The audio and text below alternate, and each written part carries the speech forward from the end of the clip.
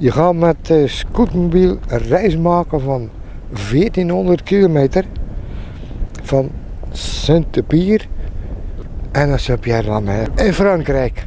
Wat is daar de reden van?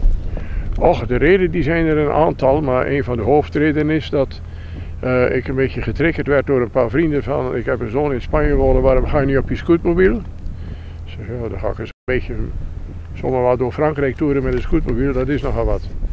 En ik kende Jody Saint-Pierre, de zorgboerderij. Ik dacht, hey, van Saint-Pierre naar Saint-Pierre-la-Mer, dat kende ik ook van vroeger, ik ben daar vaak geweest. Op vakantie in mijn jonge jaren. Dat van Saint-Pierre naar Saint-Pierre-la-Mer, dat is eigenlijk wel iets aardigs om te doen. En daar ben ik vorig jaar ingedoken en ja, nou zijn we zover. Maar het is wel een enorm karwei, maar ik heb daar een heleboel dingen rondgebouwd. Want ja, je bent al een dagje ouder en dan is het al een hele onderneming. Ja, maar dat is het nou juist, want die mannen zaten allemaal te klagen van: ik heb dit en ik heb dat en ik kan dit niet meer. En ik zeg, kom, pak je scootmobiel of je fietsen, we rijden eens naar Katzand. Oh, maar dat is zo ver en moet dat nou? En als er onderweg wat gebeurt. Ik zeg, man, je bent nooit te oud, je moet het gewoon doen. Ik denk dat je het ook voor een goed doel doet. Dat is inderdaad wat ik net zei. Voor Jody Saint-Pierre, de zorgboerderij, want je moet toch een reden hebben. Niet zomaar een beetje door Frankrijk toeren, want dan wordt het een plezierreisje. Dus ik wil dan ook een boek maken. Ja. Ik heb voor Jody Saint-Pierre overal spaarpotjes gezet. Die actie is nou afgelopen. Daar gaat straks meer dan €1000 in zitten.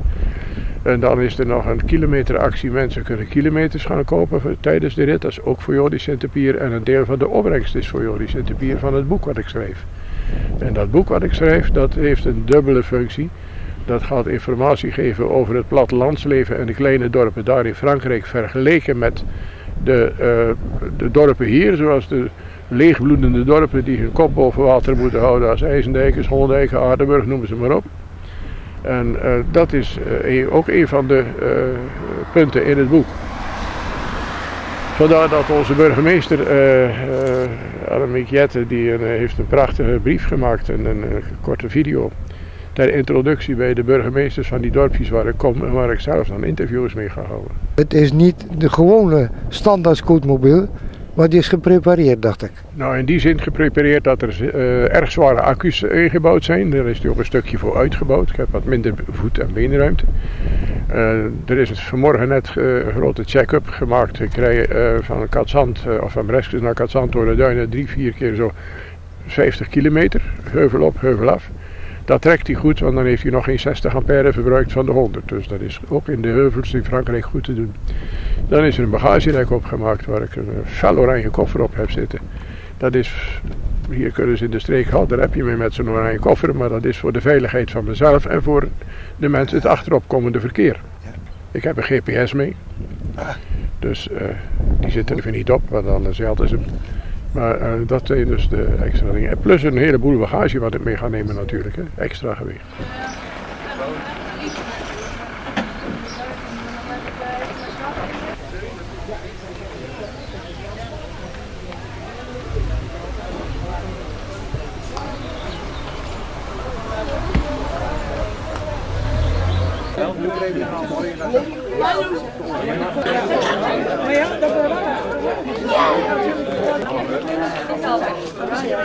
Dat u nog even de kans krijgt om wat te vertellen over de voorbereidingen, over zijn plannen, over wat er moet gaan gebeuren, over wat hij graag wil bereiken, enzovoorts. Er komt straks nog eens in de PZC een rondje West te staan, rechtstreeks op de bankrekening van Stichting Jody Saint-Pierre.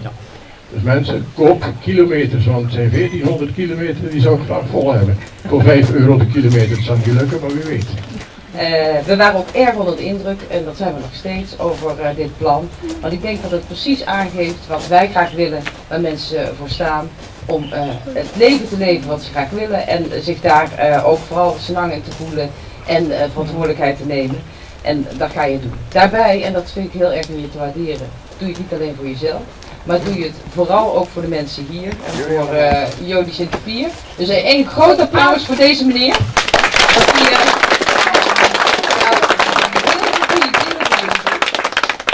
Ik ben ook vooral heel secuur en goed op jezelf. Want daar waar ik de burgemeesters heb gevraagd om goed op jou te passen, wil ik je dat nu ook gewoon in het Nederlands aan jezelf vragen. Pas goed op jezelf. Een hele goede reis. En een heel groot applaus, dames en heren, voor deze man die zo creatief en zo goed met zijn jaren en met zijn gemeenschap omgaat. Dankjewel, Peter.